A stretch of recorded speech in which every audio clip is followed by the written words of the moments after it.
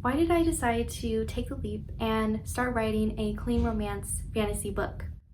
In today's video, I'm going to tell you why. And make sure you stay to the end of the video. I'm going to be doing a Q&A of some questions that you guys have about my book. I started writing my book when I was 17 years old, and this story came one day and me and my mom thought of this really cool fantasy book idea, and we decided to keep making it up.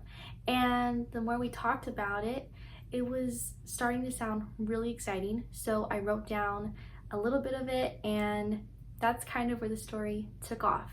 So it was a nice spring day, and I kind of just had this idea sitting there, and I never really touched it again. But a few years later, in 2024 of last year, I was going back and trying to kind of revise what I had already made.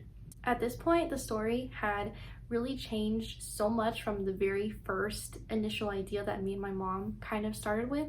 So by the time I kind of reworked everything and completely changed so much to the story, it was kind of brand new. So I started kind of with a blank slate in the fall of last year, and I decided to just kind of go for it. And I was outlining it, and I really didn't know how it was gonna go. Now that I've officially really started honing in and working on it, and even expanding more, expanding the world, expanding like the story in general, and making it longer and adding all these things that I didn't have in the beginning, it has taken so long, and it's been such a journey of these 3 years. It's just really cool to know that this little idea that me and my mom had just turned into something even bigger, and a full story that I'm currently writing right now. I'm slowly but surely making my way through it. As the moment that I'm filming this, I'm 35,000 words into it. So that for me is honestly such an amazing accomplishment. I feel so proud of myself for even making it that far. Like, if I would have told myself when I first started writing it that it was going to be that long, or I was going to make it to 35,000 words, I would have probably fainted and not believed myself, because I have never written anything this long and it's a continuous story before.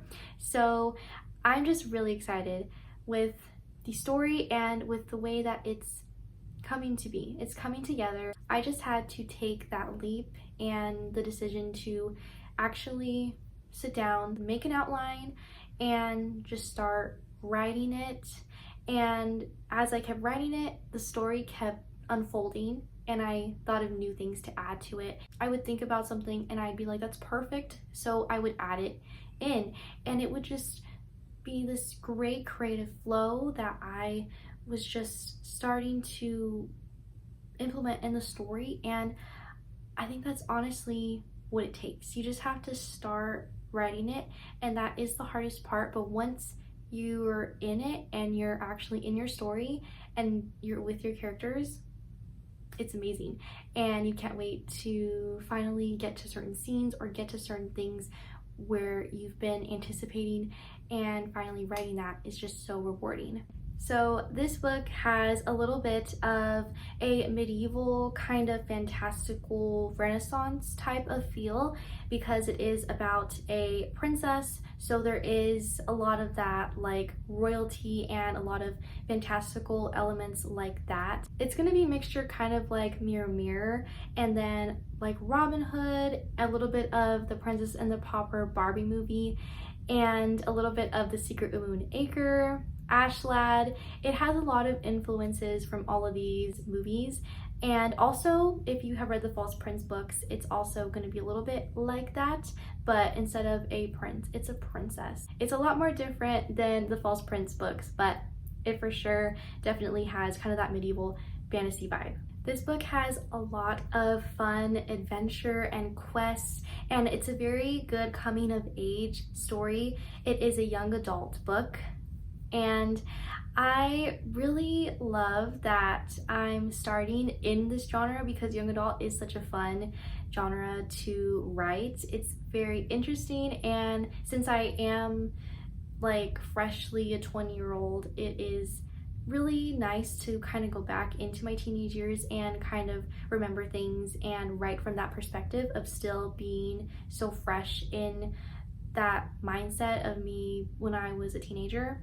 So I love that. And there is a romance, and there's just a lot that goes on in this story. I'm so excited that I'm finally getting to share this story with you. So now I'm gonna jump into my Q&A, and the first questions that I was getting was, does this book have any magic in it? And if there is, what kind? Or anything specific. I would say if you are not a fan of magic, then that's fine, because this book really doesn't focus on that. There is a curse going around, and we're kind of like following that, and that has to do with the villain. But magic is not the main focus. I will say that much, but I would say it's really light. And then another question that I was getting a lot was, what time period is this set in? And like I said, it is medieval Renaissance, and it doesn't really like have a specific year. It's just really fantastical, like just fantasy. It's pure fantasy, and it can be really a mixture between both of those. The next question I was getting a lot too was, is it a fairy tale retelling or is it a new world? What kind of a book is it, and is it cozy? So I would say it is kind of cozy and quest type of fantasy book. It isn't a fairy tale retelling. It's a totally new story that I just created. It's a new world. It's totally brand new, and definitely does have cozy vibes because it takes place during spring.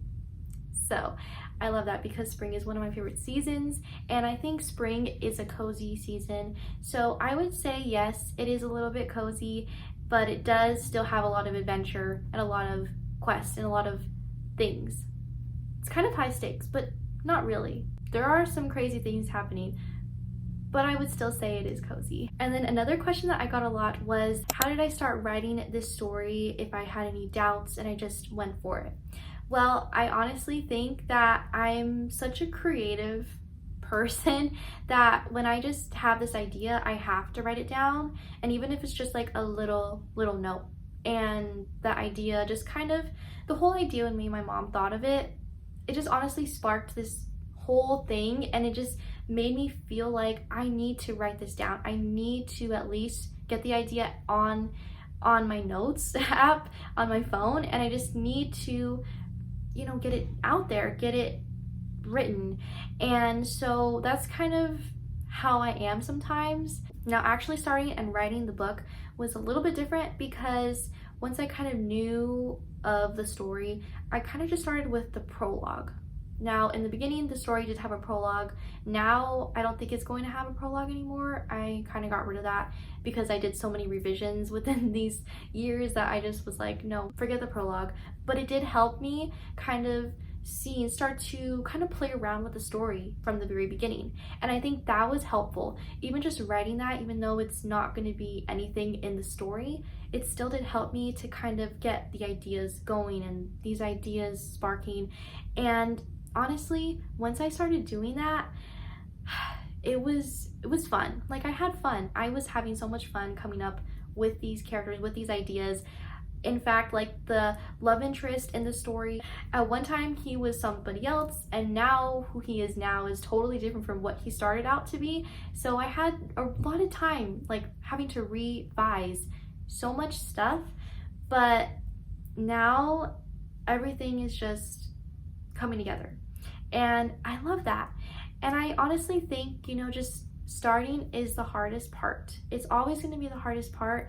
And if I did have any doubts, I don't think I was thinking about them. Like, I don't really think I really was like, oh, this isn't going to be great, or what if my writing sucks, or anything like that. And even in the fall of last year, when I was starting to outline again and then started to write the story and finally getting it to where it is now, I didn't have any doubts, because I really want this story to get out there.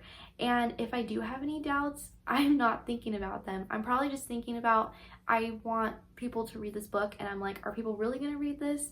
Because I know that I love it, and I hope that other people love it too. So if anything, the doubts are honestly smaller than my ambitiousness of getting the book done.